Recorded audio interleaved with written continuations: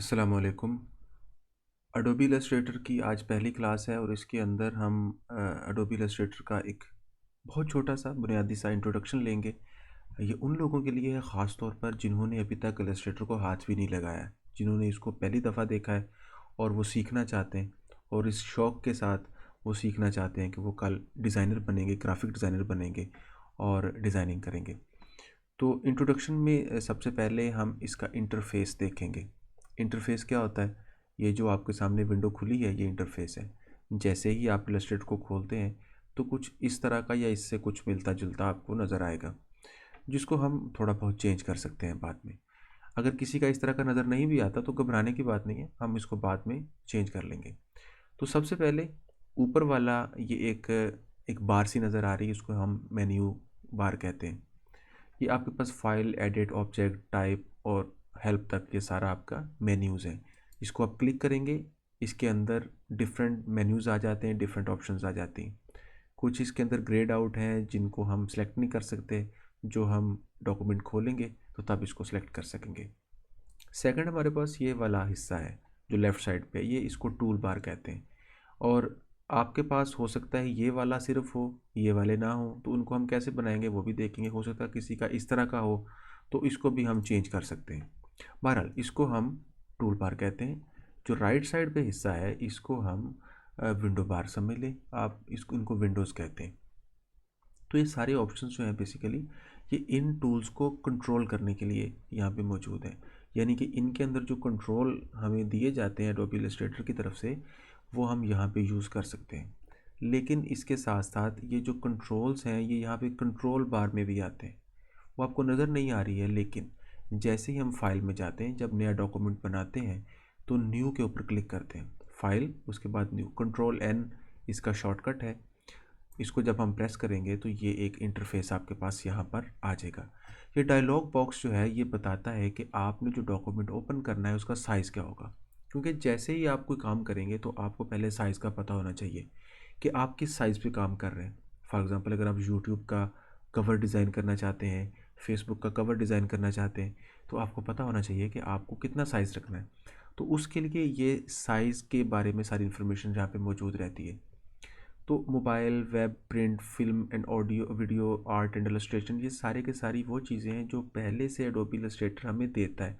उनको पता है कि हमें कौन-कौन सी चीज़ों के लिए क्या-क्या साइज़ यूज़ करना है। फॉर एग्ज़ाम्पल मैं आर्ट एंड इलस्ट्रेशन इसके ऊपर क्लिक करता हूँ तो हमारे पास ये बेशुमार साइज़ेज़ आ जाते हैं। तो फॉर इंस्टेंस इसमें से हम ये वाला यूज़ कर लेते हैं 1920 1080, जिसको हम फुल एचडी भी कहते हैं। जब इसके ऊपर मैं प्रेस करता हूँ तो देखिएगा ये विड्थ और हाइट इसकी चेंज हो जाती है। विड्थ क्या चीज़ है? विड्थ किसी डॉक्यूमेंट में ये वाला जो है हिस्सा होता है जिसको हम चौड़ाई कहते हैं, और ये उसकी ऊंचाई होती है ये वाली, ये आपकी हाइट में आ जाती है। अगर आप इसकी हाइट और विड्थ को इंटरचेंज करना चाहते हैं, यानी कि अगर आप इसको चाहते हैं कि ये इस तरह ना हो बल्कि जैसे मोबाइल होता है उस तरह लंबाई में आ जाए, तो आप इसको क्लिक करें। इसको कहते हैं पोर्ट्रेट और ये वाला होता है लैंडस्केप। पोर्ट्रेट में देखिएगा कि जो विड्थ होगी है वो 1080 और जो हाइट होगी है वो आपकी 1920। लेकिन हम इस सीखने के पर्पज़ के लिए ये वाला जो लैंडस्केप है इसको यूज़ करेंगे, और ये आपके यूनिट्स होते हैं जिसके अंदर आपने काम करना है। पॉइंट्स में करना है, पाइकस में करना है, इंचज़ में करना है, किसी और में करना है, तो उसके लिए आप ये यूनिट यूज़ करते हैं। ये बाद में हम देखेंगे इनको हम कहाँ-कहाँ पे इस्तेमाल कर सकते हैं। बहरहाल अभी हम इसको क्रिएट करते हैं। यही 4 ऑप्शंस आपको याद रखने हैं, इसके अलावा फ़िलहाल किसी में नहीं जाना। तो जो ही मैं इसको क्रिएट करता हूँ तो हमारे पास ये एक डॉक्यूमेंट आ जाता है। देखें, ये वाला एक डॉक्यूमेंट है जो आपके सामने मौजूद है। अब यहाँ पर हमारे पास ये जो ऊपर बार आ गई, जिसका मैंने पहले बताया था, ये जो कंट्रोल्स होते हैं वो यहाँ पे भी मौजूद होते हैं। लेकिन ये उनके लिए है कि जो भी हम टूल सेलेक्ट करते हैं, फॉर एग्ज़ाम्पल मैं यही वाला टूल सेलेक्ट किया, सिलेक्शन टूल, तो ये उसके हवाले से यहाँ पे मौजूद होंगे। अब जो ही मैं पेन टूल को सिलेक्ट करता हूँ तो इसके यहाँ पर देखें कुछ चेंजिंग आ गई, या कुछ ये वाला है तो ये उसमें तब्दीली आएगी। फॉर एग्ज़ाम्पल मैं टाइप टूल यूज़ करता हूँ तो उसमें ये काफ़ी सारी चीज़ें इसकी चेंज हो जाती हैं। तो इसके अंदर हम 4 चीज़ें देखेंगे आज, ज़्यादा नहीं। सिलेक्शन टूल्स, सिलेक्शन क्या होती है और ज़ूम कैसे करते हैं, इसमें हैंड टूल का यूज़ कैसे होगा, अब देखें ये जो डॉक्यूमेंट है ये ज़रूरी नहीं कि यहाँ पे आप इसको यूज़ करते रहें। आपको कभी कभार ज़रूरत पड़ेगी कि आप इसको आगे पीछे थोड़ा बहुत इसको हिलाएं जुलाएं, उसकी जगह चेंज करें ताकि आप चीज़ों का अच्छा व्यू ले सकें। तो देखें सिलेक्शन टूल जो एरो टूल है उसके साथ ही ये वाला हैंड टूल आ जाता है। ये कहाँ से है? ये वाला हैंड टूल है। आप इसको इस्तेमाल कर सकते हैं क्लिक करके, लेकिन ये इतना हैंडी नहीं होता क्योंकि इससे टाइम ज़ाया होता है। आप कोशिश करें कि कीबोर्ड का इस्तेमाल किया करें, कीबोर्ड के साथ चीज़ें आसान हो जाती हैं। अब देखिए जो ही मैं सिलेक्शन टूल करता हूँ यूज़ तो इसके साथ हमारा हैंड टूल गायब हो गया, लेकिन इंस्टेंटली वापस आएगा। जो ही मैं स्पेस बार दबाता हूँ तो ये वापस आ गया। अब स्पेस बार दबाने से जब ये वापस आता है तो आप इसके साथ डॉक्यूमेंट में को आगे पीछे हरकत दे सकते हैं। ये ऐसे जैसे आप हाथ से हरकत दे रहे हैं, और जो ही स्पेस बार छोड़ते हैं जो लास्ट आपके पास टूल होगा वो सामने आ जाएगा। सेकंड हमारे पास ये जूम टूल है। अगर इसको आप सेलेक्ट करते हैं, उस क्लिक करते हैं तो देखें ये जूम हो रहा है। कुछ दोस्तों का इस तरह का नहीं होगा तो उसके लिए असल में ये होता है कि जो ग्राफिक कार्ड होता है कईयों का सपोर्टेड नहीं होता, तो उनके अंदर कुछ इस तरह से आपको मिलेगा। ये ऐसे बॉक्स बनाएगा। जैसे ही आप बॉक्स के ऊपर क्लिक करते हैं तो आपको ये जूम करना शुरू कर देता है। अब जूम दो तरह का होता है, जूम इन हो सकता है, जूम आउट हो सकता है। आप चीज़ों को बड़ा करना चाहते हैं, जूम इन है ये ऐसे करके। अगर जूम आउट करना है तो आपने आल्ट प्रेस करना है, तो ये देखें प्लस से माइनस में तब्दील हो जाता है। जैसे ही आप आल्ट को प्रेस करते हैं तो साथ ही ये जूम आउट करना शुरू कर देता है जो ही आप क्लिक करते हैं। लेकिन इसका एक शॉर्टकट भी है, वो बड़ा मज़े का है कि आप उसको स्पेस बार को और कंट्रोल को दबाएं और दबा के रखें तो ये आपका जूम टूल इनेबल हो जाता है। अब जैसे ही आप इसको यूज़ करेंगे तो ये आपको जूम करना शुरू कर देगा। इसके साथ अगर आप आल्ट भी प्रेस कर लेते हैं, इनके स्पेस कंट्रोल एंड आल्ट, तो अगर आप इसको क्लिक करते हैं तो ये आपका जूम आउट करना शुरू कर देगा। अब इसका हम इस्तेमाल कैसे करते हैं, देखें सिंपल सी बात है।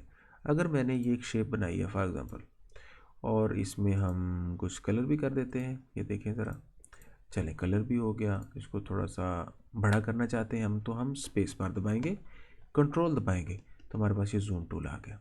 जैसे ही मैं इसको ऐसे क्लिक करता हूँ तो ये देखें हमें बहुत ज़्यादा बड़े साइज़ में ये नज़र आना शुरू हो गया।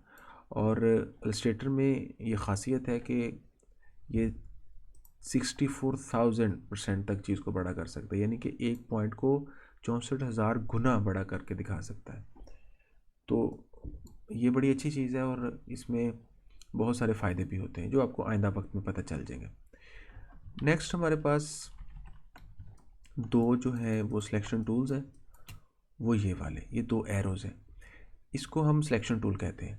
ये black arrow, white arrow. Black arrow जो होता है ये मुकम्मल जो शेप बनाई जाती है उसको हम हरकत देने के लिए, चेंज करने के लिए यूज़ करते हैं। लेकिन अगर हमने किसी एक पॉइंट से इसको चेंज करना है तो हम ये डायरेक्ट सिलेक्शन यूज़ करते हैं। अब वो पॉइंट क्या होता है, ये देखें, जो ही हम इसको सिलेक्ट करते हैं और हम इसको जूम करते हैं तो देखें ये जो पाथ होता है इसके अंदर मुख्तलिफ पॉइंट्स होते हैं। इन पॉइंट्स को हम कहते हैं एंकर पॉइंट्स। तो एंकर पॉइंट को आप यूज़ करने के लिए ये डायरेक्ट सिलेक्शन का इस्तेमाल करते हैं। जैसे अगर मैं इसके ऊपर आता हूँ तो ये देखें वाइट होता है, जो ही मैं क्लिक करता हूँ तो ये ब्लू हो जाता है। तो ब्लू से मुराद क्या है कि अब इसको सिलेक्ट कर लिया हमने।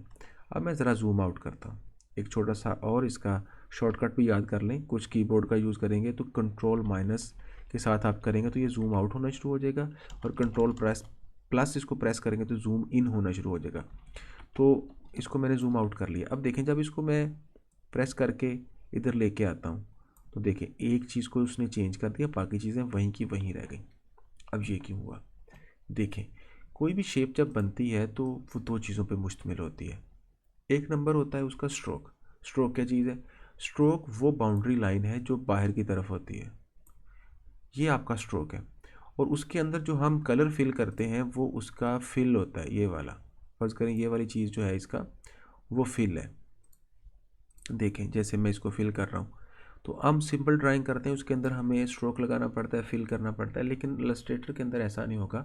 आप जब शेप बनाएंगे तो वो स्ट्रोक भी देगा, फिल भी देगा। तो उसको आप जिस तरह से भी आप यूज़ करना चाहते हैं आप कर सकते हैं। देखें अगर हम इसको दोबारा बनाते हैं ऐसे करके, तो अब जो बाहर बाउंड्री लाइन है, अगर मैं इसको जूम करता हूँ तो देखें ये वो वाला कलर है जो यहाँ पर सिलेक्टेड है।